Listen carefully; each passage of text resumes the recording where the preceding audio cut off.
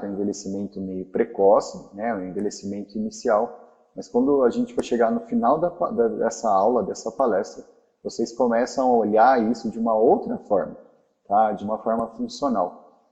Por que que a gente olha de uma outra forma? A gente tem que considerar que toda doença, seja ela qual for, principalmente essas que estão aparecendo aí na tela do computador de vocês, esses pacientes, eles tiveram um start.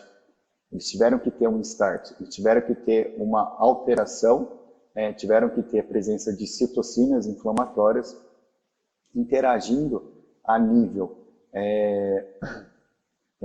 celular, fazendo com que fatores de transcrição, que a gente vai apresentar, que eu vou apresentar a vocês alguns fatores de transcrição importantes, fazendo com que liguem genes positivos e genes negativos, né? Então, pacientes às vezes hipertensos, né? Hoje é comum você pegar um paciente hipertenso com 2, 3 anos de vida. Eu posso considerar o start do envelhecimento. Eu posso considerar que esse paciente, a expectativa dele começa a se reduzir a partir daquele momento. Um paciente dermatopata, um paciente com uma hiperfiltração glomerular, né, naquele que eu realizo um SDMA e eu identifico uma possível insuficiência renal em fase 1, um paciente com pancreatite, paciente obeso, né, hoje é muito comum você pegar paciente ali com 2 anos de vida já com uma obesidade mórbida.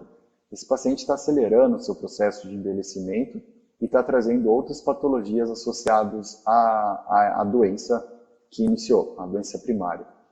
Então, a inflamação crônica, né, é um item importante. A gente vai falar de 3 principais itens. O primeiro é a inflamação crônica. A inflamação crônica em todos os periódicos recentes que tem aí o acesso de todos os nossos profissionais, eles correlacionam o envelhecimento como um principal item que vai ser ligado, né, que vai ter o seu início na presença dessa inflamação crônica recorrente. Eles ainda falam que é uma inflamação, eles denominam isso como uma inflamação crônica de baixa intensidade, né? É aquela no qual não incomoda nem o tutor e também não incomoda a muitos veterinários, a muitos clínicos, no qual a gente olha e fala, não, ainda não precisa fazer isso, ainda não precisa haver intervenção.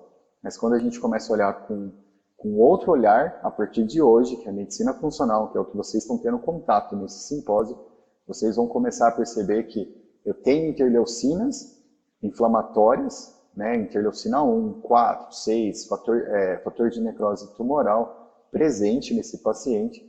E todas as vezes que eu tenho essas interleucinas presentes, eu tenho que considerar que eu vou ter disfunções associadas ao envelhecimento, que a gente já falou, mas que a gente vai ter alterações importantíssimas, tanto a nível celular, que são essas interleucinas aumentadas a nível sistêmico, mas eu vou ter alterações moleculares.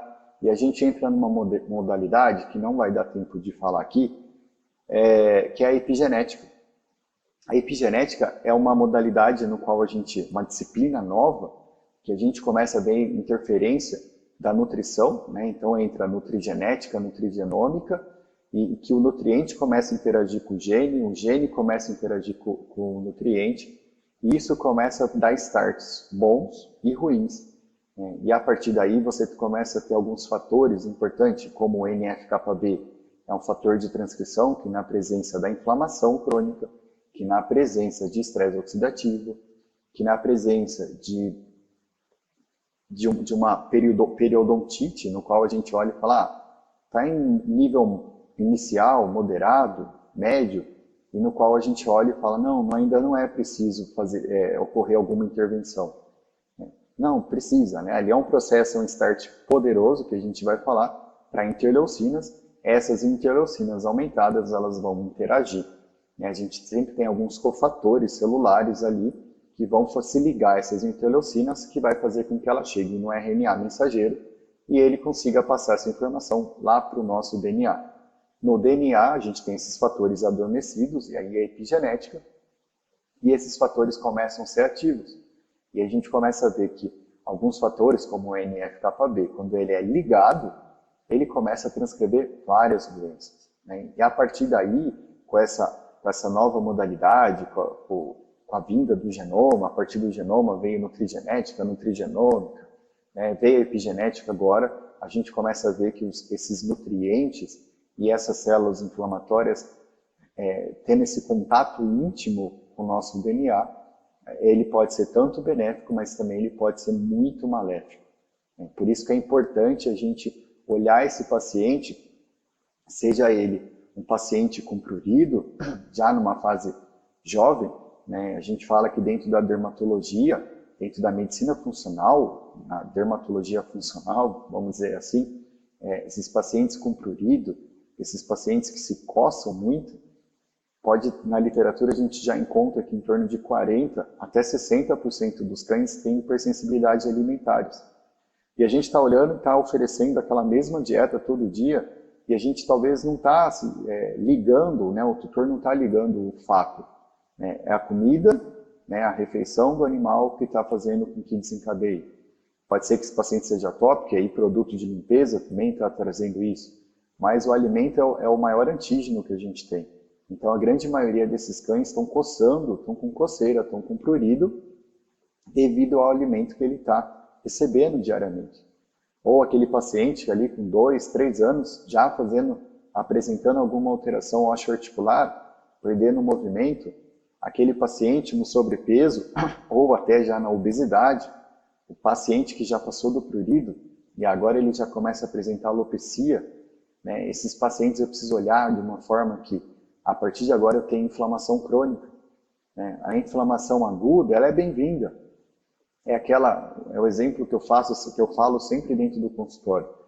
Quando você vai levantar para tomar água ou para ir ao banheiro à noite, e você bate o dedinho na quina da cama, né, na quina do batente ali, ele vai doer ali 3 dias, 4 dias. Né? Ali eu tenho meu sistema imune liberando citocinas importantes ali que vão interagir para fazer com que faça a mediação desse processo induzido, né, inflamatório que eu induzi no trauma. Mas o problema é quando ele fica sendo recorrente, né, e ele começa agora a ser crônico nesse paciente. Essa inflamação crônica não é bem-vinda, e aqui tem a periodontite como um fator importante. Quantos pacientes que vêm no teu consultório que não está com uma periodontite? Aqui na foto é uma foto real, né, foto minha mesmo, de paciente meu, e aí você começa a ver que essa foto parece que está no estado avançado, uma Yorkshire, né, que são raças que têm uma predisposição maior. Mas aí a gente pode pôr várias outras raças, malteses e assim por diante, bulldogs. Né? Mas a gente precisa olhar aquilo e falar assim, opa, processo inflamatório, tem uma inflamação crônica ali. E que agora começa a ligar genes de tudo quanto é lugar.